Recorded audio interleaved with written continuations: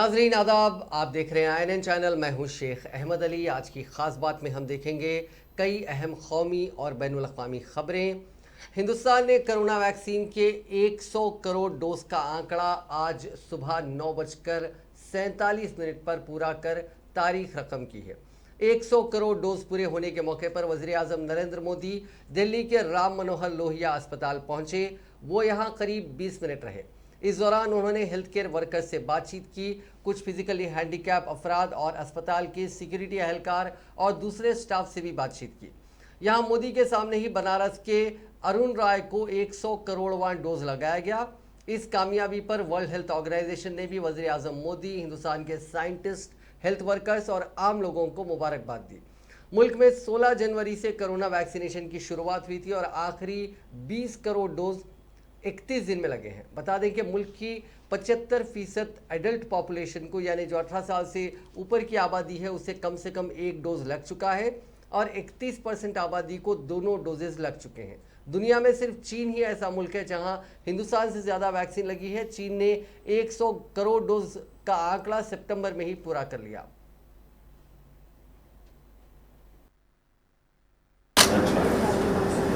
यहाँ कितने साल से?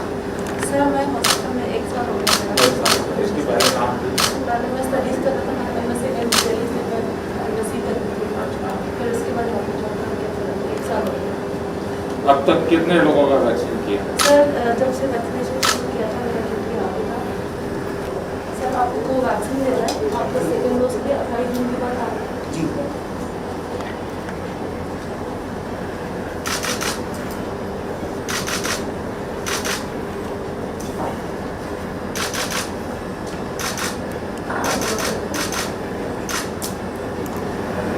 वैक्सीनेशन के बाद यहाँ पे आधा घंटा है और अगर कोई तकलीफ है तो यहाँ पे डॉक्टर हैं, नर्सेस हैं, उनको बताना है और घर जाने के बाद अगर फीवर आ रहा है तो आज 21 अक्टूबर 2021 का ये दिन इतिहास में दर्ज हो गया है।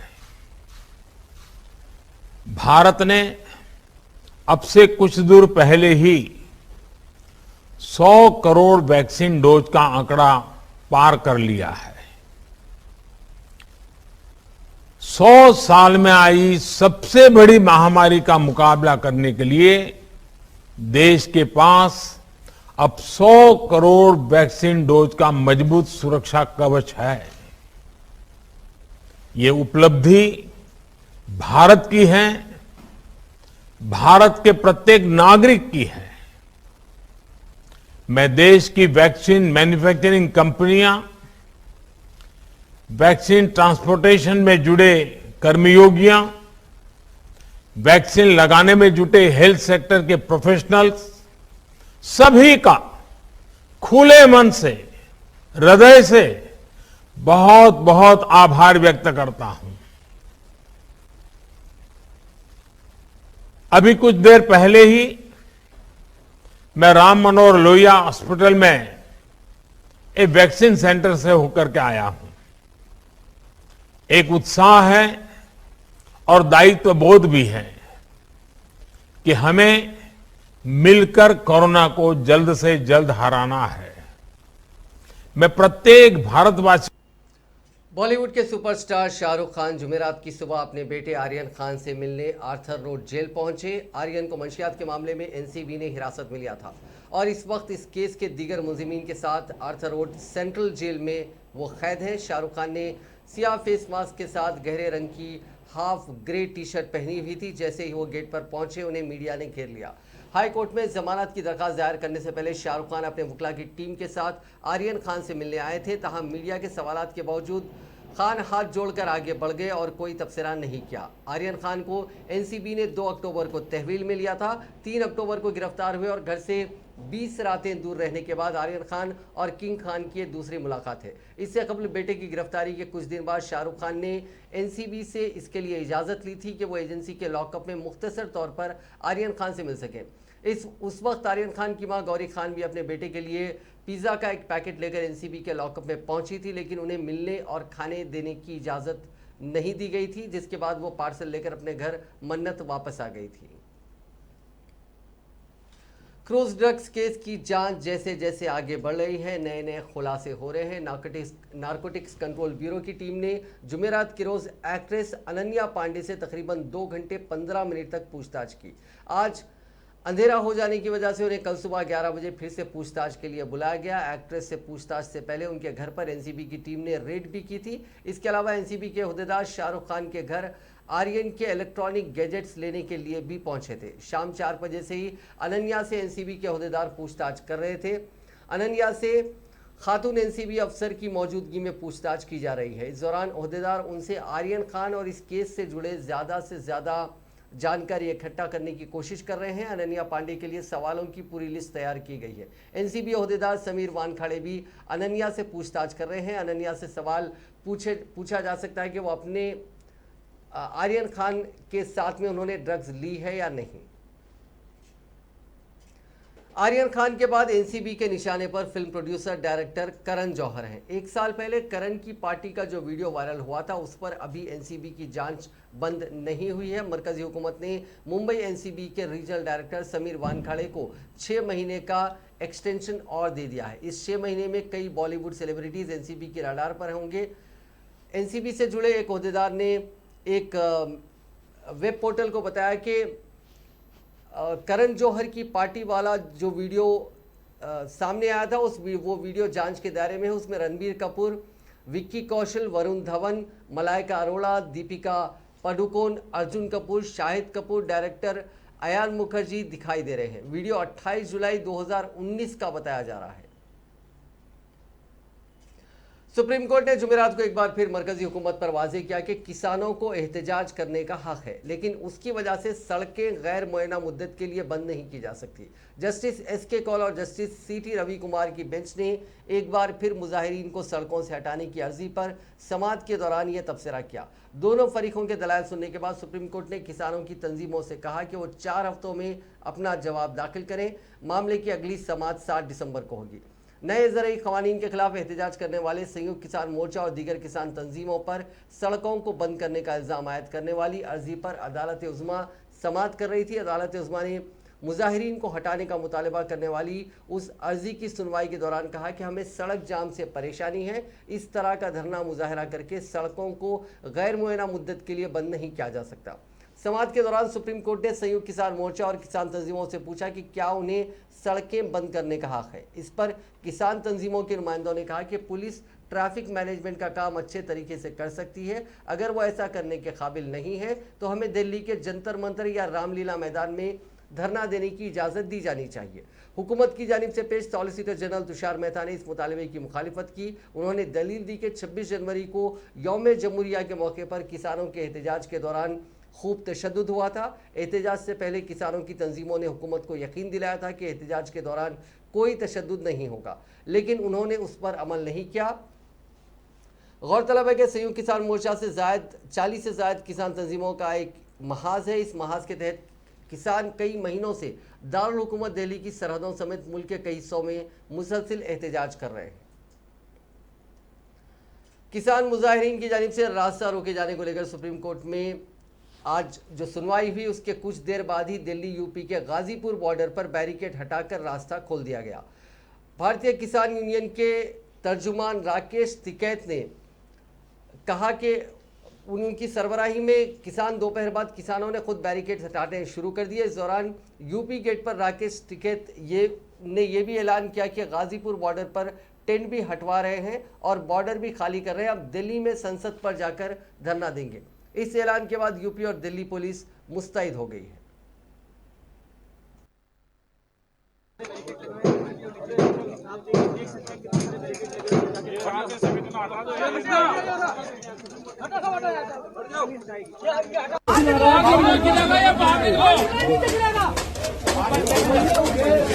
अरे सुनो, हेलो, पहले ऊपर निकाल। टिकैत साहब, क्या कारण है जो आप ये हटा रहे हैं सब? अरे दिल्ली जाना हमें, तो रास्ता खोल रहे हैं क्या? हमने कहा रास्ता रोक रखा, रास्ता पुलिस ने रोक रखा, इन्होंने कहा हम भी हटा रहे, तुम भी हटा लो। हाँ, तो दिल्ली जाएंगे। तो किसान जो ये रास्ता पूरा खोलेंगे? हाँ, पूरा खोल लेंगे, दिल्ली जाएंगे। तो ये पूरा हटा देंगे आप लोग? हाँ, सब हटा देंगे। तो दिल्ली में कहाँ जाएंगे? दिल्ली में तो पार्लियामेंट पे चलेंगे, और कहाँ जाएंगे? जिसने कानून बना उसी के घर के बाहर। तो अचानक से आप क्यों रास्ता खोल रहे हैं? ये हम कहाँ खोल रहे रास्ता, हमने तो रास्ता रोक ही नहीं रखा, हम तो दिल्ली जाना। तो ये सब टेंट वगैरह क्यों हटाया जा रहा है? दिल्ली जाना। हिंदुस्तान और नेपाल में बेमौसम की बारिश ने तबाही मचाई हुई है। सैलाब और लैंडस्लाइडिंग से हिंदुस्तान के उत्तराखंड में जुमेरात तक 55 लोगों की मौत हुई। पिछले हफ्ते केरल में हुई बारिश ने 42 लोगों की जान ले ली थी। वहीं नेपाल में अब तक 88 लोगों की जान गई है। 30 लोग लापता हैं। जुमला मिलाकर हिंदुस्तान और नेपाल में 185 लोगों की मौत हुई है। उत्तराखंड में बारिश से 55 लोगों की जान गई है। इसमें सबसे ज्यादा 28 अमवात नैनीताल में, 6 अल्मोड़ा में, 8 चंपावत में, 2 उधम सिंह नगर में और 1 बागेश्वर जिले में हुआ है। मरने वाले 5 लोग एक ही खानदान के थे। लैंडस्लाइडिंग में घर गिरने से सभी की जान चली गई। इसके अलावा कम से कम 5 लोग लापता हैं।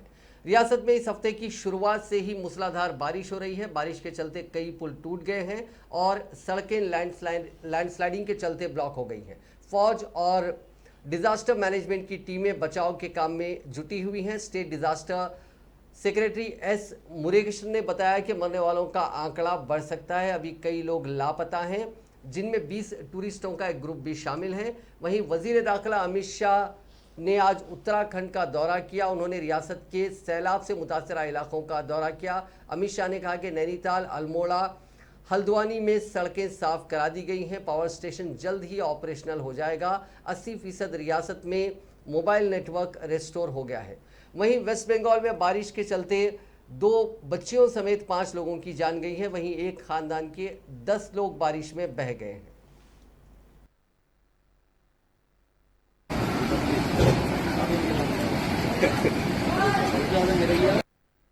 जो आप पैकेज की बात कर रहे हैं, जिक्र कर रहे हैं, क्या उसके बाद भी राज्य सरकार को कोई सहायता दी जाएगी? देखिए, मैंने जो कहा कि 250 करोड़ ऑलरेडी एडवांस में 1 महीना पहले ही भेज दिया गया है। 1 महीना होगा या 20 दिन होगा, इसके बाद में सर्वे होता है। आज भी प्राथमिक आकलन लेकर ही हमारे जॉइंट सेक्रेटरी आएंगे, सर्वे की टीम तुरंत ही भेज देंगे और उसके बाद भी हम भारत सरकार की ओर से सुनिश्चित रूप से मदद करेंगे। शुरुआती कुछ आकलन हुआ है कि कितना नुकसान हुआ है?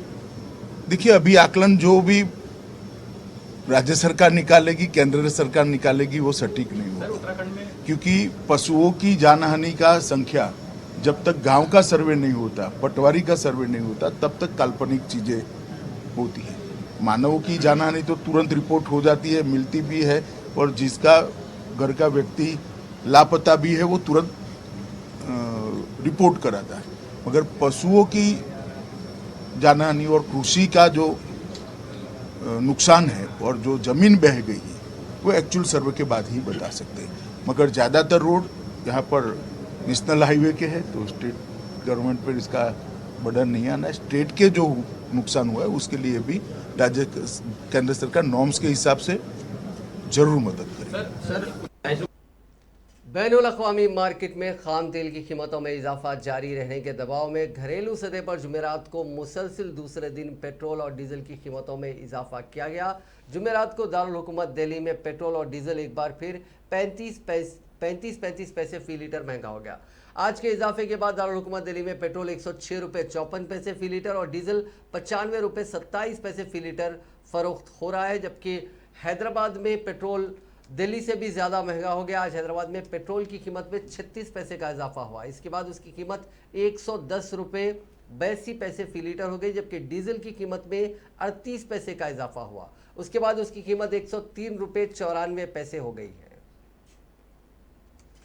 पीडीपी सदर और साबिक वज़ीर आला महबूबा मुफ्ती का कहना है कि कश्मीर की मौजूदा सूरत हाल में ख़वातीन बल्कि बच्चों को भी शक की नज़रों से देखा जा रहा है। उन्होंने ये सब बीजेपी की पॉलिसी का नतीजा करार दिया, जिनसे हम दहाइयों पीछे चले गए हैं। महबूबा मुफ्ती ने इन बातों का इजहार जुमेरात को सोशल मीडिया पर गर्दिश कर रही उस तस्वीर के रद्द अमल में अपने एक ट्वीट में किया, जिसमें सीआरपीएफ की खवातीन विंग की एहलकार एक 9-10 साल बच्ची के बैग की तलाशी करती है। महबूबा मुफ्ती का ट्वीट में यह कहना था कि कश्मीर की मौजूदा सूरत हाल का लब्बे लुबाब है, जहां खवातीन यहाँ तक के बच्चों को भी शक की नज़रों से देखा जा रहा है। जम्मू कश्मीर को इस डगर पर बीजेपी ने लाया है। उनकी पॉलिसियों ने हमें दहाइयों पीछे धकेल दिया है। हिंदुस्तानी फिजाइया का एक मिराज लड़ाका तैयारा जुमेरात को मध्य प्रदेश के भिंड इलाके में गिरकर तबाह हो गया। तहम खुशकिस्मती से पायलट बर वक्त महफूज तरीके से तैयारे से बच निकलने में कामयाब रहा। फिजाइया के तर्जुमान ने जुमेरात को बताया कि मिराज लड़ाका तैयारे ने सुबह मामूल की तरबियती परवाज की थी, लेकिन यह तकनीकी खराबी की वजह से मरकजी सेक्टर में गिरकर तबाह हो गया। उन्होंने बताया कि तैयारे का पायलट बाहिफाजत निकलने में कामयाब रहा। हादसे की वजह ताहाल मालूम नहीं हो सकी। ताहम एयरफोर्स ने कोर्ट ऑफ इंक्वायरी का हुक्म दिया है। तफसीलात इसके बारे में और इकट्ठा की जा रही है। तो कागज ले दे दी बता देख ली अंदर बचिए। हाँ नहीं कहीं गिरेगा यहाँ पे आदमी होने को पक्का आदमी वो पैरासूट बोला नहीं मैंने पैरासूट वाल हो जाओ आदमी पैरासूट है तो हाँ जी अपने नहीं उतरे होगे तुम पैरासूट वाल उतरते उतरते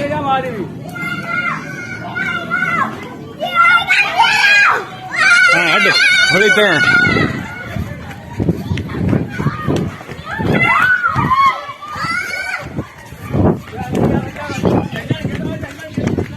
कौन जाओ मैं अजय आएगा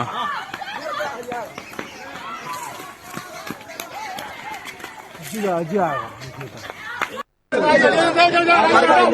वो आएगा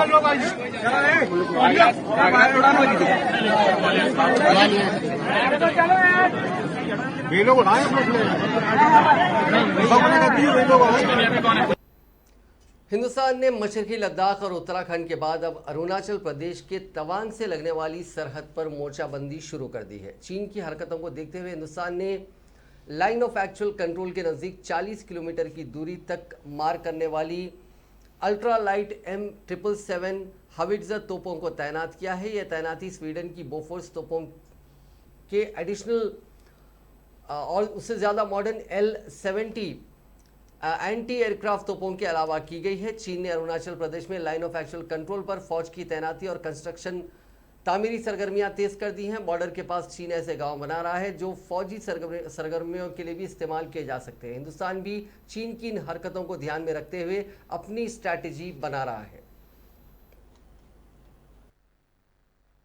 Optical sensors to include daylight television camera, thermal imaging camera, and laser range finder. It is also equipped with muzzle velocity radar to increase the firing accuracy. System management computer receives data from all major components of the gun and provides future target position to the firer. Video display unit. It is a TFT monitor which shows data of DLTV camera, TI camera. System management computer receives data from all major components of the gun and provides future target position to the firer. Video display unit. It is a TFT monitor which shows data of DLTV camera, TI camera and वज़ीर दिफा राजनाथ सिंह ने कहा है कि दिफाई शोबे में हुकूमत के असलाहाती प्रोग्राम का असर नज़र आ रहा है और मुल्क ने पहली बार 25 बड़े दिफाई बरामद कुनिंदा ममालिक की फहरिस्त में जगह बनाई है। राजनाथ सिंह ने जुमेरात को बेंगलुरु में वजारत दिफा के मुशावरती कमेटी से खिताब करते हुए कहा कि Stockholm International Peace Research Institute की 2020 की रिपोर्ट के मुताबिक हिंदुस्तान पहली बार दुनिया के 25 दिफाई बरामद कुनिंदा ममालिक की फहरिस्त में शामिल हुआ। वजारत दिफा मुसलसिल कोशिश कर रही है ताकि हिंदुस्तान दिफाई बरामदात के मैदान में आलमी लीडर बन सके। डिफेंस आइटम्स के एक्सपोर्ट को बढ़ावा देने और भारत को ग्लोबल डिफेंस सप्लाई चेन्स का हिस्सा बनाने के उद्देश्य से हमने 2024-2025 तक एरोस्पेस और डिफेंस गुड्स एंड सर्विसेज में 35,000 करोड़ रुपए के एक्सपोर्ट का लक्ष्य निर्धारित किया है। यानी 24-25 तक हमको 35,000 करोड़ का एक्सपोर्ट करना है, ये हमारा टारगेट है। डिफेंस एक्सपोर्ट को बढ़ावा देने के लिए सरकार के द्वारा कई प्रभावी कदम उठाए गए हैं और 2014 के बाद से भारत सरकार ने एक्सपोर्ट्स, फॉरेन डायरेक्ट इन्वेस्टमेंट और ऑफसेट डिस्चार्ज के लिए कंडक्टिव इकोसिस्टम बनाने के लिए डिफेंस सेक्टर में कई रिफॉर्म्स भी किए हैं। हमारा विजन पब्लिक और प्राइवेट सेक्टर के एक्टिव पार्टिसिपेशन के साथ भारत को रक्षा क्षेत्र में न केवल आत्मनिर्भर बनाना है, बल्कि दुनिया के मरकजी हुकूमत ने 47 लाख से ज्यादा मुलाजिमीन को एक और दिवाली गिफ्ट दिया है। उसने महंगाई भत्ता यानी डीएनएस अलाउंस में 3% की बढ़ोतरी का ऐलान किया। इस बढ़ोतरी से सरकारी मुलाजिमीन का डीए 28% से बढ़कर 31% हो जाएगा। यानी अगर किसी शख्स को बेसिक सैलरी 20,000 रुपये महीना है तो उसे सालाना करीब 7,200 रुपये का फायदा होगा। डीए का कैलकुलेशन करने वाली और एजी ऑफिस बद्रुगढ़ प्रयाग के साबिक सदर हरिशंकर तिवारी ने बताया कि महंगाई भत्ते में ये बढ़ोतरी 65,26,000 पेंशनर्स को भी फायदा पहुंचाएगी।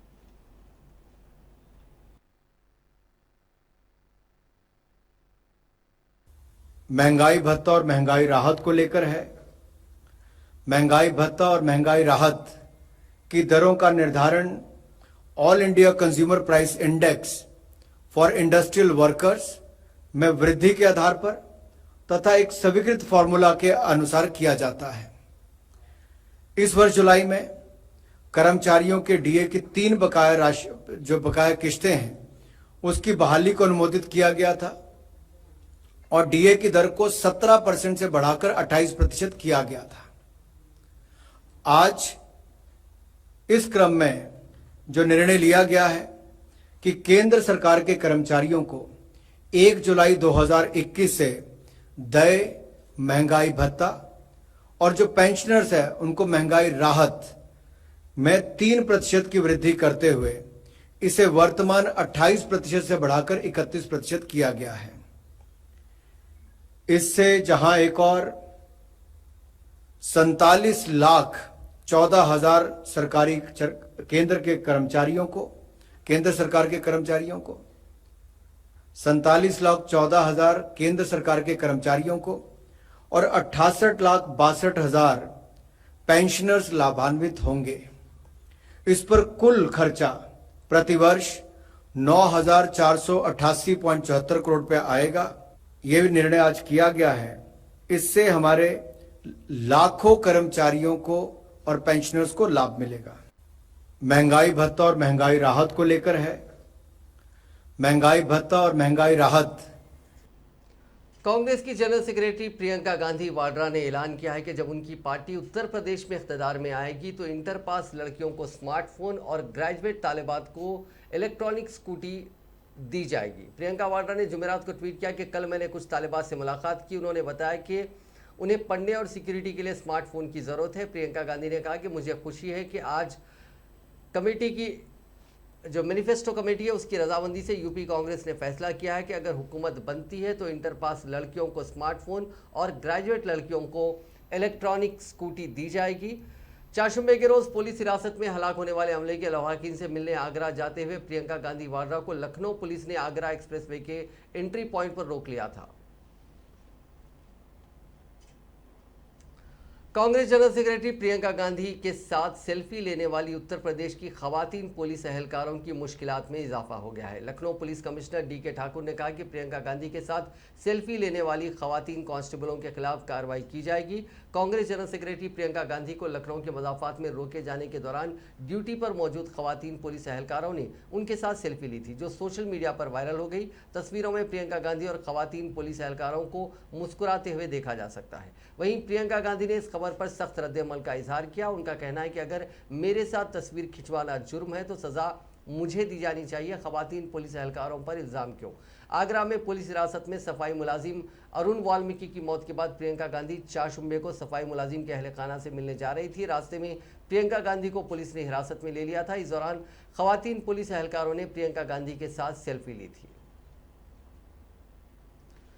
काफी हंगामे के बाद कांग्रेस की जनरल सेक्रेटरी प्रियंका गांधी कल रात तकरीबन 11 बजे आगरा पहुंची और उन्होंने उस सफाई मुलाजिम के अहलखाना से मुलाकात की जिसकी मंगल को मुबैना तौर पर पुलिस हिरासत में मौत हो गई थी।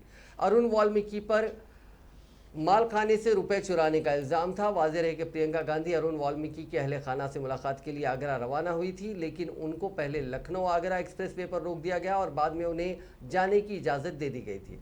प्रियंका गांधी के रोके जाने की खबर सुनते ही बड़ी तादाद में कांग्रेस कारकुन एक्सप्रेसवे पर पहुंच गए और हुकूमत मुखालिफ नारे लगाने लगे, जिसके बाद 4 लोगों के हमरा पुलिस ने उन्हें आगरा जाने की इजाज़त दे दी थी। इससे कबल रियासत के वज़ीर आला योगी आदित्यनाथ ने कहा था कि रियासत में कानून सबसे ऊपर है और किसी को इससे खिलवाड़ करने नहीं दिया जाएगा। अरुण वाल्मीकि जी के परिवार से मिलके आई हूँ।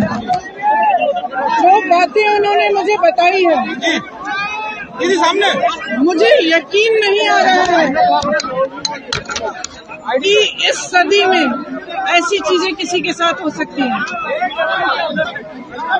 उन्होंने मुझे बताया कि 17-18 लोगों को, वाल्मीकि समाज के 17-18 लोगों को संडे को उठाया गया अलग अलग जगहों से, पुलिस थाने में ले गए। वहाँ पे बेरहम पिटाई हुई है इनकी। उनकी बीवी ने मुझे बताया उनको सिर्फ महिला ने नहीं लेकिन पुरुषों ने भी मारा है। उनके बड़े बड़े घाव हैं। उनके सामने उनके पति को मारा गया है, पीटा गया है बेरहमी से, उनके हाथ पैर बांध के। उन्होंने मुझे यहाँ तक कहा कि इलेक्ट्रिक शॉक दिया गया उनको। और जो बातें मुझे बताई मैं दोहराना भी नहीं चाहती, क्योंकि मतलब मैं सोच भी नहीं सकती थी कि ऐसा किसी के साथ हो सकता है। जो उन्होंने कहा 4 दिनों के लिए उनके परिवार के सदस्यों को थाने में रखा, बेरहमी से पीटा। उसके बाद जब अरुण को उठाकर ले गए, उनकी बीवी ने उनको इस तरह से पीटा किया। उनके भाई उनसे मिले 2 बजे रात को, कह रहे हैं कि जब मिले ठीक लग रहे थे। उसके बाद उनको 2:30 बजे बताया गया कि उनकी मौत हो गई। पोस्टमार्टम में परिवार का एक भी सदस्य मौजूद नहीं था। पोस्टमार्टम की रिपोर्ट परिवार को नहीं दी गई है।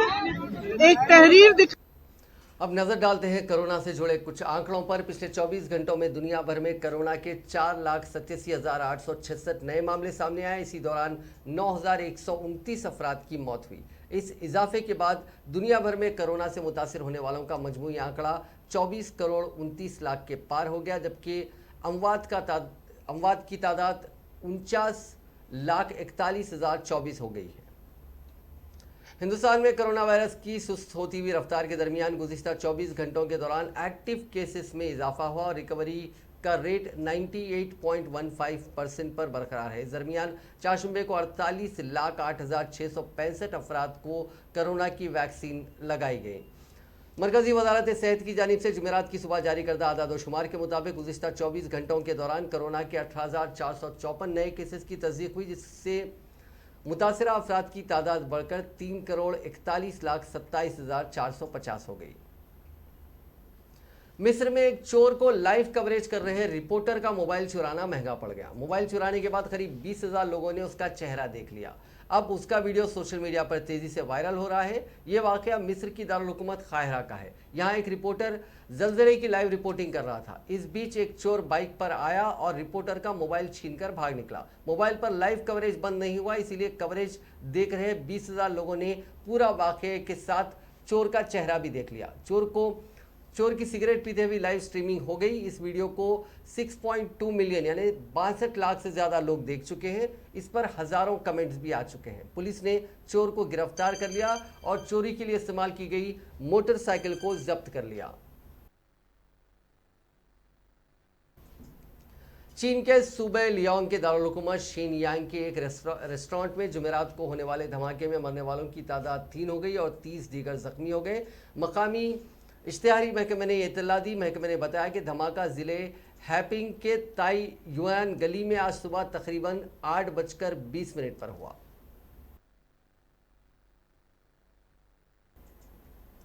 नाजरीन, आज की खास बात में बस इतना ही। आपसे कल मुलाकात होगी नई खबरों के साथ, नए एनालिसिस के साथ। फिलहाल दीजिए इजाज़त। खुदा हाफ़िज़।